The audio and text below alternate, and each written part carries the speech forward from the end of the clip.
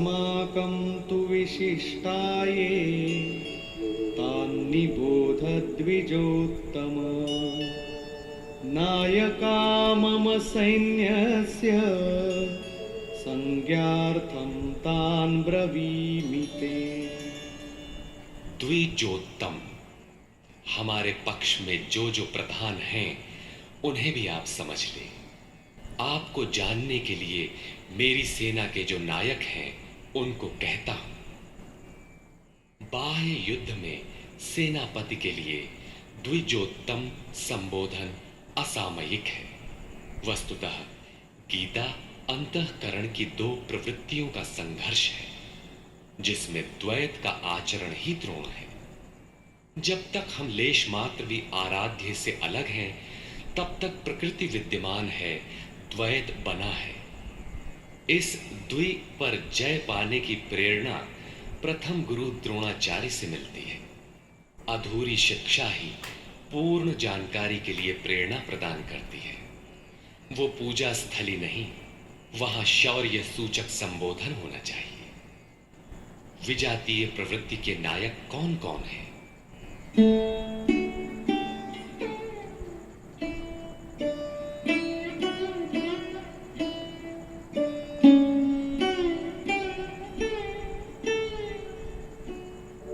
भवान् भीष्मश्च कर्णश्च कृपश्च समितिञ्जयः अश्वत्थामा विकर्णश्च सौमदत्तिस्तथैव च।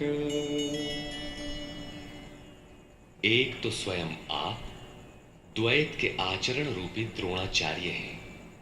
भ्रम रूपी पितामह भीष्म है। भ्रम इन विकारों का उद्गम है, अंत तक जीवित रहता है, इसलिए पितामह है। समूची सेना मर गई, ये जीवित था।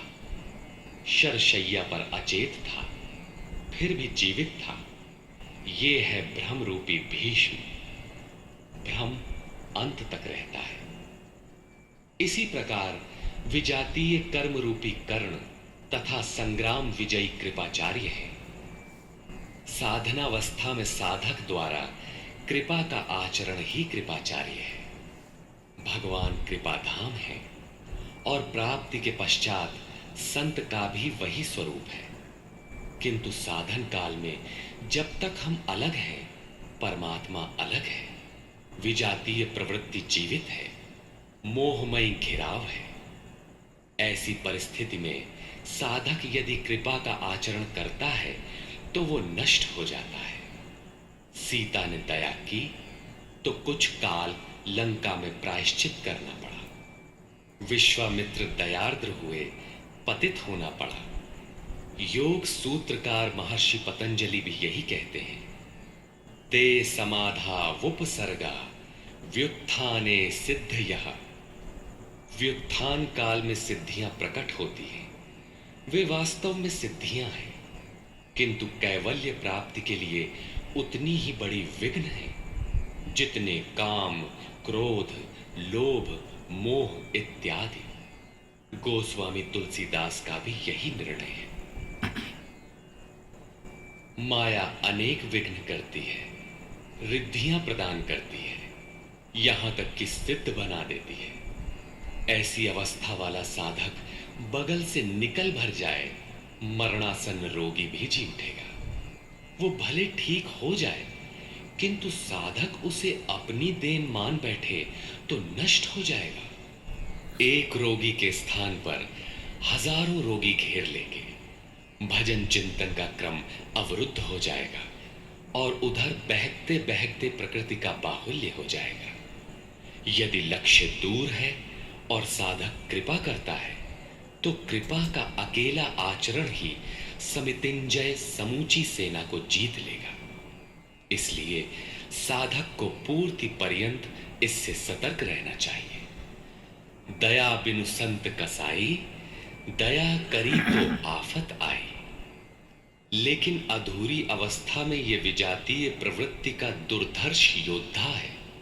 इसी प्रकार आसक्ति रूपी अश्वत्थामा, विकल्प रूपी विकर्ण और भ्रममयी श्वास ही भूरिश्रवा है। ये सभी बहिर्मुखी प्रवाह के नायक हैं।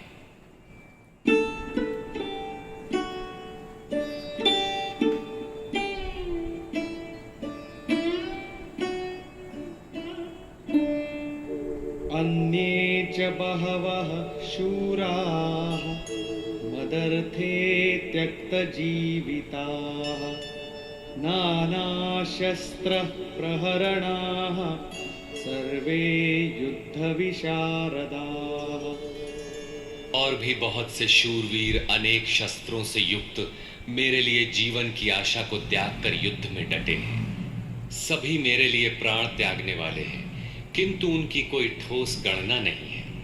अब कौन सी सेना किन भावों द्वारा सुरक्षित है, इस पर कहते हैं अपर्याप्तं तदस्माकं बलं भीष्माभिरक्षितं पर्याप्तं त्विदमेतेषां बलं भीमाभिरक्षितम्। भीष्म द्वारा रक्षित हमारी सेना सब प्रकार से अजेय है और भीम द्वारा रक्षित इन लोगों की सेना जीतने में सुगम है।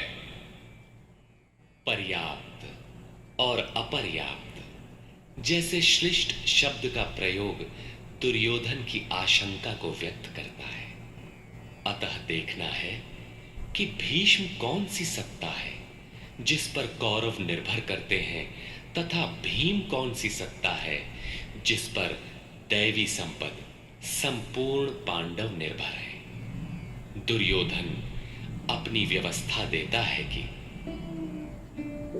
अयनेषु च सर्वेषु यथा भागमवस्थिताः भीष्ममेवाभिरक्षन्तु भवन्तः सर्व एव हि। इसलिए सब मोर्चों पर अपनी अपनी जगह स्थित रहते हुए आप लोग सबके सब भीष्म की ही सब ओर से रक्षा करें। यदि भीष्म है तो हम अजेय हैं, इसलिए आप पांडवों से न लड़कर केवल भीष्म की ही रक्षा करें। कैसा योद्धा है भीष्म, जो स्वयं अपनी रक्षा नहीं कर पा रहा है, कौरवों को उसकी रक्षा व्यवस्था करनी पड़ रही है। ये कोई बाह्य योद्धा नहीं, ब्रह्म ही भीष्म है।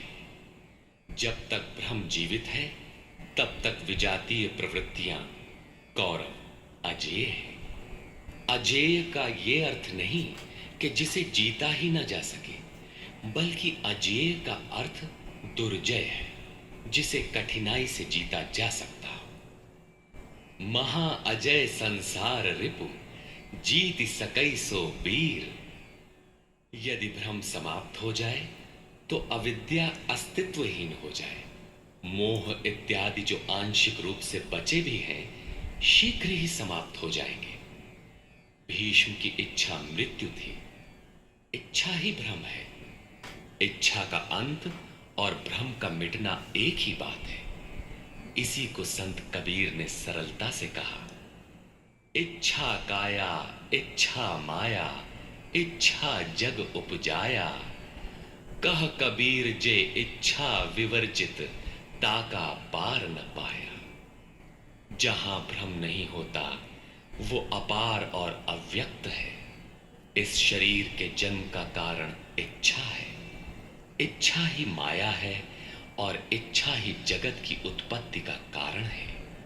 सो कामयत तदैक्षत बहुश्याम प्रजायेय इति। कबीर कहते हैं, जो इच्छाओं से सर्वथा रहित हैं, तिनका पार न पाया। वे अपार अनंत असीम तत्वों में प्रवेश पा जाते हैं। यो कामो निष्काम आप्त काम आत्म कामो न तस्य प्राणा उत्क्रामंति ब्रह्म व सन ब्रह्माप्येति। जो कामनाओं से रहित आत्मा में स्थिर आत्म स्वरूप है, उसका कभी पतन नहीं होता। वो ब्रह्म के साथ एक हो जाता है। आरंभ में इच्छाएं अनंत होती हैं और अंततो गत्वा परमात्म प्राप्ति की इच्छा शेष रहती है। जब ये इच्छा भी पूरी हो जाती है तब इच्छा भी मिट जाती है। यदि उससे भी बड़ी कोई वस्तु होती तो आप उसकी इच्छा अवश्य करते। जब उससे आगे कोई वस्तु है ही नहीं तो इच्छा किसकी होगी? जब प्राप्त होने योग्य कोई वस्तु अप्राप्त न रह जाए तो इच्छा भी समूल नष्ट हो जाती है और इच्छा के मिटते ही ब्रह्म का सर्वथा अंत हो जाता है। यही भीष्म की इच्छा मृत्यु है। भीम द्वारा रक्षित इन लोगों की सेना जीतने में सुगम है। भाव रूपी भीम, भावे विद्यते देवः, भाव में वो क्षमता है कि अविदित परमात्मा भी विदित हो जाता है। भाववस्य भगवान सुख निधान करुणा अयन। श्री कृष्ण ने इसे श्रद्धा कहकर संबोधित किया है। भाव में वो क्षमता है कि भगवान को भी वश में कर लेता है। भाव से ही संपूर्ण पुण्यमयी प्रवृत्ति का विकास है।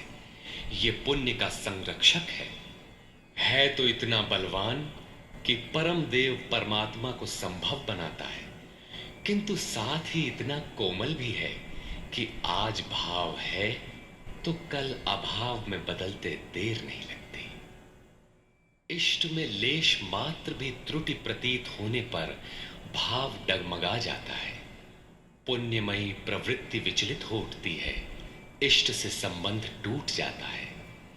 इसलिए भीम द्वारा रक्षित इन लोगों की सेना जीतने में सुगम है। महर्षि पतंजलि का भी यही निर्णय है। स तु दीर्घकाल नैरंतर्य सत्कारा सेवितो दृढ़ भूमि। दीर्घ काल तक निरंतर श्रद्धा भक्ति पूर्वक किया हुआ साधन ही दृढ़ हो पाता है। आज के लिए बस इतना ही। कल फिर मिलेंगे। मेरे चैनल को लाइक करें, सब्सक्राइब करें और हाँ, बेल आइकन को दबाना न भूलें ताकि मेरे नवीनतम वीडियो आप तक हमेशा पहुंचता रहे। तब तक के लिए नमस्कार। जय हिंद, जय भारत।